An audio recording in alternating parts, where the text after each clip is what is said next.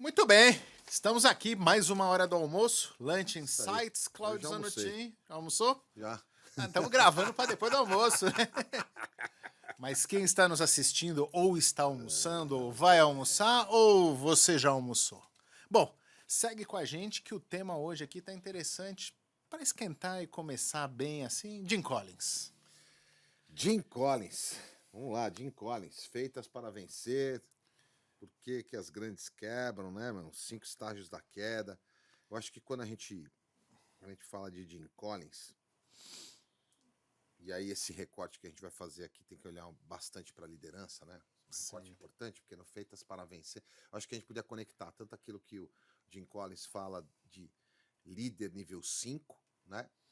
Focado no processo, nas pessoas, na estratégia e tudo mais, com a liderança nível 5 do John Maxwell, ou os 5 níveis da liderança do John Maxwell.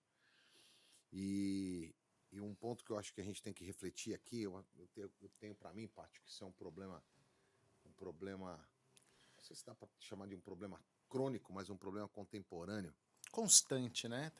Frequente, a gente vê com muita frequente, frequência. Né? frequente das lideranças, dos líderes hoje em dia. Eu não sei se, sei sim, eu creio que seja uma falha de liderança, eu creio que seja uma falta de liderança. Não creio que tenha a ver com gerações, porque a gente tinha desafios de liderança nos baby boomers, né, chamados baby boomers aí, geração X, Y, Z, J, W, milênios e tudo mais. Eu tenho ainda um certo pré-conceito a respeito desses pontos de ficar colocando as pessoas nas caixinhas e que eu e você, o fulano, pertença a tal geração e por essa razão a gente age dessa forma, tem determinado comportamento. Eu não acredito que seja assim. O ser humano é único, tem os seus desafios, tem os seus comportamentos, você sabe disso, depois você pode falar de comportamento melhor, mas eu sou desses que não gosto de ficar encaixando. Cara, geração, só podia ser um geração Y, só podia ser um milênio, não, só podia ser um ser humano para fazer isso certo, para fazer essa merda que fez, né? Para fazer, acho que só pode ser ser humano. E tem gente que é desumano, né? É desumano demais. E quando a gente fala da liderança nível 5, ou do que o Jim Collins está trazendo no Feitas para Vencer, tem uma metáfora que eu acho extraordinária na construção do pensamento do Jim Collins. Que ele vai falar assim: o maior patrimônio de uma empresa ou das organizações não são as pessoas. O maior patrimônio né? O maior patrimônio não é pessoas. O maior patrimônio é pessoas certas. O que muda completamente. Sim. Gente certa no lugar certo. Não necessariamente fazendo a coisa certa o tempo todo, porque senão também a gente imputa uma cultura do medo e uma cultura onde as pessoas não se sentem à vontade para errar, né? Exato. E aí, quando a gente começa a pensar, e eu acho que essa frase sua dá o gancho de as pessoas certas fazendo as coisas certas, é que eu acho que a gente consegue entrar na história da metáfora do ônibus. Né? Antigamente a gente falava muito do bonde. Né? Tá no bonde, perdeu o bonde e tal. Mas vamos pensar na empresa como sendo ônibus, e a gente vê muito isso, né? Assim, ou você está dentro desse ônibus, você faz parte daquela cultura, você faz parte do momento daquela empresa, e ou você está no ônibus, ou chega uma hora que ou enfim, as pessoas têm que descer desse ônibus, ou vai perder o ônibus, como a gente vê algumas pessoas, que a empresa vai, mas a pessoa não vai. Sim, perdeu o busão, né? Perdeu o busão, né? A gente já falou disso. Inclusive aqui dentro, né? A gente já Eu passou acho por que isso. isso afeta todo mundo, afeta todas as organizações, eu acho que nem só empresas, né? ONG, partido político, casamento, enfim. Quer dizer, tem um monte de coisa, todas as organizações sofrem com isso. Então, quando a gente olha para essa metáfora que o Jim Collins traz de, cara, tem gente que precisa descer do ônibus e tem gente que a gente tem que ajudá-la a descer do ônibus. Dá um empurrãozinho. A gente precisa dar um toque e falar, então, é nesse ponto aqui, amigo. Nesse ponto aqui você desce, porque também é obrigação do líder saber quem está dentro desse ônibus, quem estará dentro desse ônibus ou não estará. O que o Jim Collins vai dizer também, que eu acho que eu entendo que seja muito legal, é que assim, antes de você definir para onde vocês estão indo, para onde está indo, qual é o caminho, vamos decidir primeiro quem estará conosco no caminho. Essa Sim. caminhada é extremamente importante. Tem um texto meu no LinkedIn, um artigo que eu escrevi há pouco tempo, Muito bom, por que fala sinal. assim, ó, Deus mais um líder igual um líder sozinho. Então, essa caminhada do busão, essa também tem que ser com gente que está disponível a sentar naquelas várias cadeiras do ônibus e trilhar esse caminho. Baseado no quê? Baseado no conjunto de valores, baseado na automotivação, baseado no entendimento da estratégia, né? Baseado naquilo que faz sentido para o indivíduo no seu kairos, no seu tempo, porque também tem dentro da pessoa. A Sim. pessoa fala, quer saber? Para mim já deu. Meu tempo nessa empresa já foi. Acontece isso, né? E até com valores, né? Você sabe que você falou disso, eu lembrei uma vez, eu tinha uma amiga, na época, ainda mais início de carreira e tal, e ela trabalhava numa grande indústria de alimentos aí, que faz salgadinho, que faz umas coisas aí, famosa, né? Pra gente não citar nome. E aí chegou a época de planejamento de marketing, pô, pessoa jovem, high potential, crescendo na carreira e tal. E a estratégia da empresa era vender mais salgadinhos para crianças. E a pessoa falou: tô fora. Não Coxinha com vou. catupiry. Não, é salgadinho. Não é salgadinho de Tá. saquinho, aqueles tal. Tá. Aí falou assim: pra mim não vai dar. É contra os meus valores, é contra os meus princípios. Desceu do E ônibus. tá tudo bem. E tá tudo bem.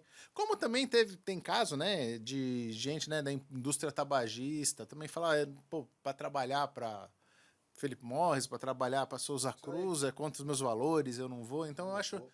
que é isso, né? Quem tá no ônibus tem que estar alinhado com os valores da empresa, né, a cultura, os valores, além dos skills necessários, né? E aí vai chegar um momento que alguma coisa não vai bater, ou é o valor, ou é o skill, ou a própria engajamento da pessoa também, e aí essa pessoa tem que sair, porque senão ela acaba ficando uma âncora ali, um peso morto dentro da E fica equipe, né? batendo de frente, né, cara? É. Fica batendo de frente.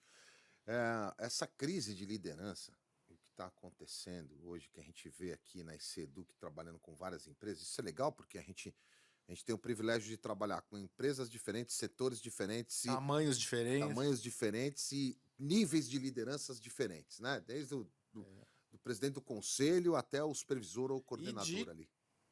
para não dizer gerações, né, idades ou perfis ou tempo de experiência diferente. O cara às vezes pode ser o CEO, mas ele é um cara extremamente jovem, ou pode ser um CEO bem mais velho também, um diretor, né? A gente tem empresa que a gente trabalha que o senhor tem 65 anos, a gente tem empresa que o vice-presidente tá com 35, 36, né, cara? Então, você percebe, não tem a ver, né, com Não esse tem. negócio muito da geração, acho que tem a ver muito com o indivíduo. Ó, cara, no livro Reservatório de Valores, a gente fala disso. Tem muito mais a ver. E o Jim Collins vai puxar isso como primeiro item, certo? É o conjunto de valores, esse é o primeiro ponto, né? É o conjunto de valores, cara. Hoje, eu tenho para mim, Pátio, que a gente enfrenta um desafio de liderança por causa do conjunto de valores que está danificado, está combalecido, está torto, está enviesado. Eu vi uma história do Clóvis de Barros Filho que eu achei extraordinária, cara. O cara perguntou para ele assim, falou, professor, qual foi, não sei se a pergunta era bem assim, mas qual foi o maior a maior representação de respeito ou de ética que o senhor já viu, que o senhor já presenciou e tudo mais. E ele contou uma história muito louca. Ele falou que estava, não sei se ele estava indo ou voltando do Japão, e o cidadão sentado à frente dele, a cadeira da frente dele, era um japonês. E o japonês, antes de reclinar a poltrona, olhou para trás e perguntou para o Clóvis, pô, o senhor se importa se eu reclinar a minha poltrona? E aí o Clóvis falou que ele falou, não me importo. Só que o japonês não reclinou. Aí ele contando que foi ao banheiro, sei lá onde que ele foi, quando voltou, deu um toquezinho no cidadão, falou, posso te fazer uma pergunta? Por que o senhor não reclinou? Ele falou, porque você mentiu. Como assim mentir? Você mentiu, você falou que não ia incomodar. Você quer ver? Aí ele falou que o tablet dele estava aqui naquele apoio, né? E o japonês reclinou. Quando ele reclinou, caiu o tablet, caiu o telefone. Ele falou, você viu como incomoda? Eu só não reclinei porque o senhor mentiu. Então, cara, quando a gente observou... Quando a gente olha para o comportamento de um cara desse, a visão de ética dele e a forma como ele entende o coletivo, Puta, bicho, é impactante. Isso me impactou tanto que eu voando hoje em dia, eu pergunto para as pessoas, falo, meu, tudo bem aí, reclinar a poltrona, tal, tão marcante que foi a história, porque, meu, e aí o Clóvis ainda brincou, porque ele falou que dando aula na USP, na área de ética, ele falou assim, ainda bem que eu dou aula no Brasil, porque imagina ensinar ética para um cidadão como esse. Putz, bicho, é de doer. É. Então, tem comportamentos e conjuntos de valores que nós vamos ter que trabalhar para as pessoas crescerem, cara, para saber conviver, para o líder poder dirigir essas pessoas, coordenar essas pessoas. Gente que usa os recursos da companhia de uma forma equivocada, se não maldosa, né, meu? Gente Acha que a empresa que a empresa é é... dele. Como é que você fala? Caixa eletrônico, né? Que você vai só Cara, sacando, que tá então, fazendo um favor para a empresa de estar ali, né? eu acho que essa crise de valores vai ficando difícil de colocar ali quem vai estar no busão, sabe? Que vai ser a pessoa que as pessoas que vão com a gente. Você acha que uma coisa que eu tenho refletido, e eu tenho até falado isso na pós também, nas aulas lá no Senac, na pós, não é questão da geração, né? Seria uma questão um pouco de formação, de base, porque a gente vê que assim, tá tudo muito juniorizado. Mas o juniorizado não é juniorizado de ser novo, é um juniorizado de falta de preparo, de falta de estudo, de falta de dedicação. É isso que está refletindo e trazendo problema Eu acho que é o no conjunto da busão. obra. É o conjunto da obra, uma criação onde a mesa de jantar em casa Começa em casa, começa na família, começa nos em casa. valores. Educação é em casa, né, cara? A escola ensina, a escola não educa. Então a gente já tem uma crise de pais hoje em dia, que tem pais que acham que os seus filhos devem ser educados Não vou pela nem escola. entrar na onda do Reborn, porque não é o fórum. Essa aí bateu recorde. Mas tem pais que acreditam piamente que porque paga 5 mil, 8 mil, 7 mil, 1.500, paga nada, sei lá, né? O professor tem que ser quem vai educar. Por falar nisso, eu vi um vídeo hoje, sabe aquele Léo Freiman, que é um psicólogo, que fala de filho e tal? Sei. Famoso. O livro dele foi adotado, né? É, Nos Estados Unidos. e ele tava falando que ele tava numa palestra, ele tava indignado, e aí, numa escola e tal, e a mamãe levantou a mão, falou que, pô, com essa questão de prova, meu filho tá se sentindo muito pressionado, será que não dá pra ter nota? Eliminar a nota da escola? Só falar se tá indo bem, indo mal, pra não gerar pressão na criança. Ele é ruim, mediano ou bom, né? Tipo, não, tá indo bem, ó, tá mais ou menos. Ele falou, como assim a criança prepara não ser protegida, não saber para onde tá indo, se tá indo bem, se tá indo mal, não ser cobrada por desempenho? A questão do subir a barra, né? Cara, então, você vê, de novo, é a questão da educação. Preparação. Eu Que lembro- profissional que vai ser esse futuro? Vai ser o médico que vai atender o seu filho, o seu neto? Eu lembro meus filhos quando a gente colocou a turma na escola, era uma coisa que a gente olhava também. Qual é a média de corte dessa escola, né? A mesma coisa foi na faculdade. Então, qual é a média de corte dessa faculdade? Tudo bem que agora caiu um pouco as médias de corte, né? Então, minha filha entrou numa média de corte que era 7, meu filho numa média de corte que era 8. Agora a universidade, uma desceu para 7, a outra desceu para 6. Mas foi uma coisa que a gente olhou com carinho e escolheu, cara, vai para isso. Vai para isso aqui, vai para o desafio. Então, a mesa de jantar para conjunto de valores, eu acho que é um ponto essencial. Já começa por ali. E não importa, assim, 7 anos, 10 anos, 11 anos, 15, 22, cara, é o conjunto de valores que você vai construindo naquele indivíduo, formando um cidadão, formando um indivíduo, né? Não com tolerância, mas com respeito.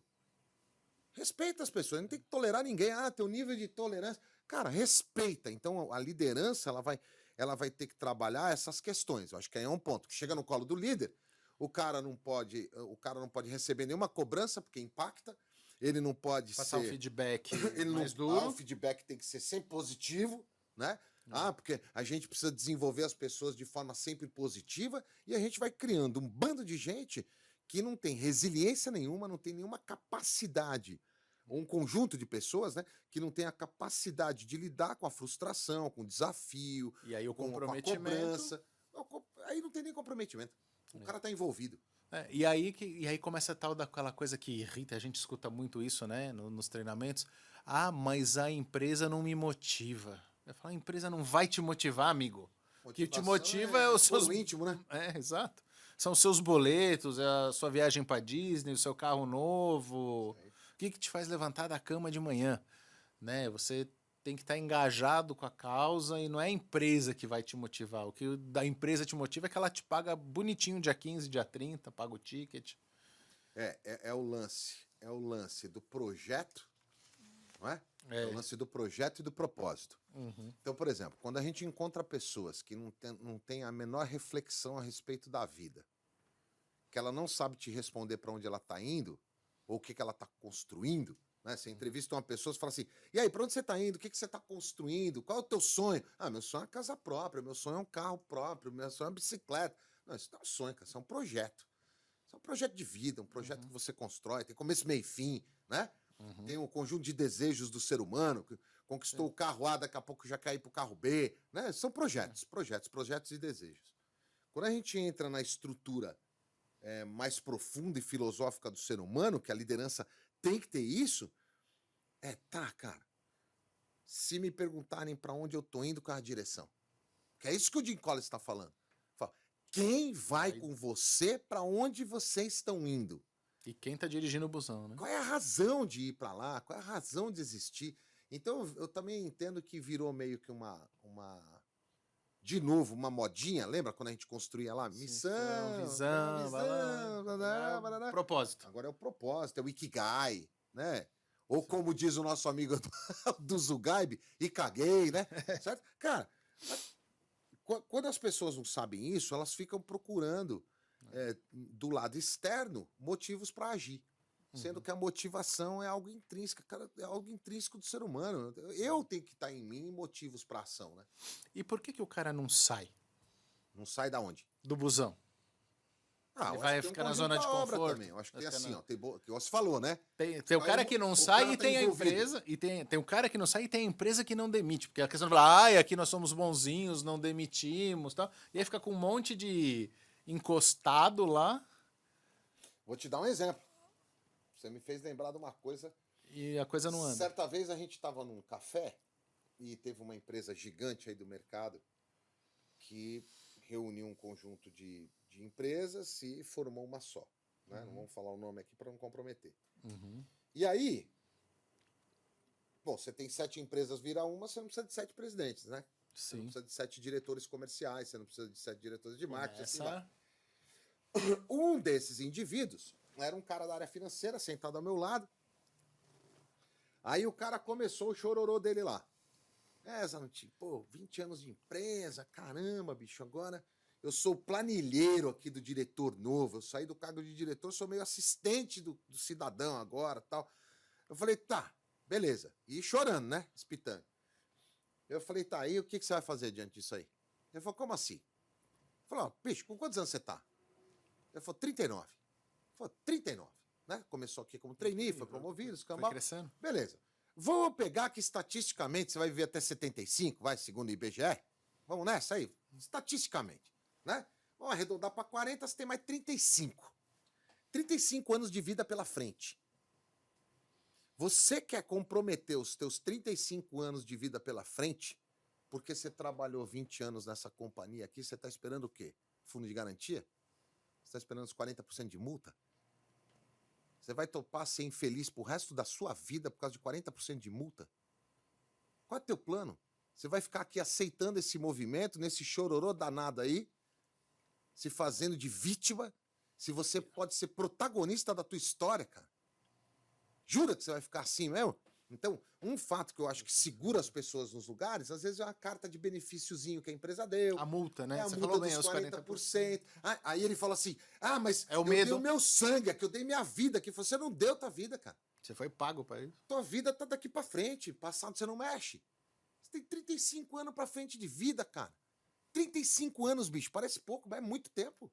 É muita coisa pra você construir, muito tempo pra fazer. É quase o dobro de tempo que você trabalhou nessa companhia e você tá aí no chororô danado porque você não parou pra refletir. Então, eu acho que tem gente que fica por causa dessas questões financeiras, boleto, incapacidade, Medo.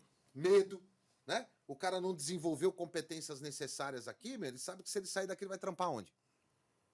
E a empresa é meio patriarcal, meio mamãe, assim, tá vendo? Não Não manda, demite. não demite, porque, pô, você sabe, né? GPTW, né? E aí a estratégia, bicho, ela vai sendo devorada por essa cultura, E aí não por esse atinge ambiente de resultado, não negócio. atinge resultado. Isso aí.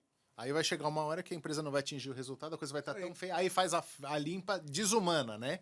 É. Aí também faz a demissão Faz em massa, porque não tem recurso. né? E desumanizada, né? É. Ao passo que quando ela Vai por podia e-mail. demitir e ir fazendo um trabalho de demissão correto, ela não faz. Inclusive tem um episódio do nosso podcast Aquelas Tretas Corporativas, é legal colocar aí em algum lugar o pessoal que foi com o Tarcísio lá do grupo da Graded School, falando justamente disso, sobre como fazer a demissão no momento correto, de acordo com a estratégia da empresa, porque, de novo, também é uma empresa que vai adquirindo outras, né, o grupo de escolas lá, e começa a ter função, né, overlap, e aí o que você faz? Pega o melhor, adapta, vê quem se encaixa, quem não vai, deixa aí. Não, e nem viu se o cara dá match com a cultura, né, meu? Liberta o cara, né? Assim, eu já vi demissões de. O cara fala assim, você. Como é que ele fala assim, né? Você tá me demitindo? E o cara fala assim, não, eu estou te libertando. Ah, legal. E aí o cara. Tô liberando você, né? Tô liberando você, não, eu estou te libertando para você ir para uma nova vida. E a pessoa realmente, às vezes, precisava daquele empurrãozinho para ver que era outra empresa, era outro segmento, às vezes mudou completamente de carreira também. Que é esse conceito? Abriu a porta do busão, bicho. É nesse Sim. ponto que você desce, não perde o time, não. Isso Porque às aí. vezes também você fica no busão, você vai ficar lá no fundão, sem nenhuma função, nada.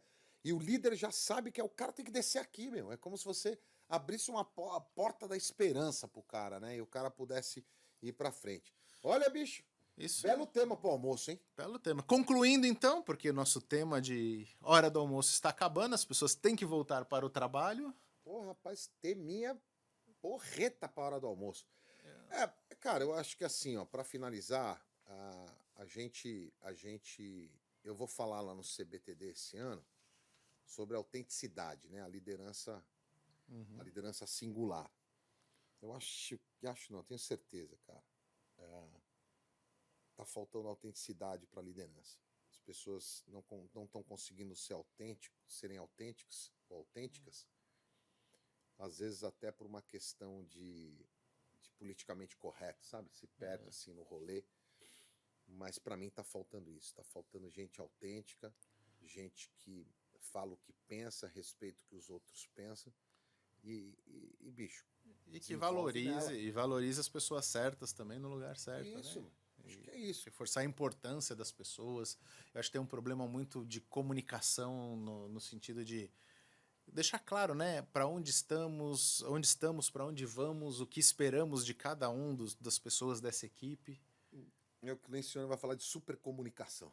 Exatamente. Mas isso é um tema para um próximo Lunch Insights. Eita, então o próximo almoço tem mais, tá bom. É isso aí, então vamos encerrar por aqui esse papo e a gente se encontra Deixa na aí os próxima comentários, semana. Né, meu? Compartilha, ajuda a gente aí também. Ajuda pô. aí. Compartilha. E a gente se Ajuda vê a na gente. próxima. Valeu. Até mais. Tchau.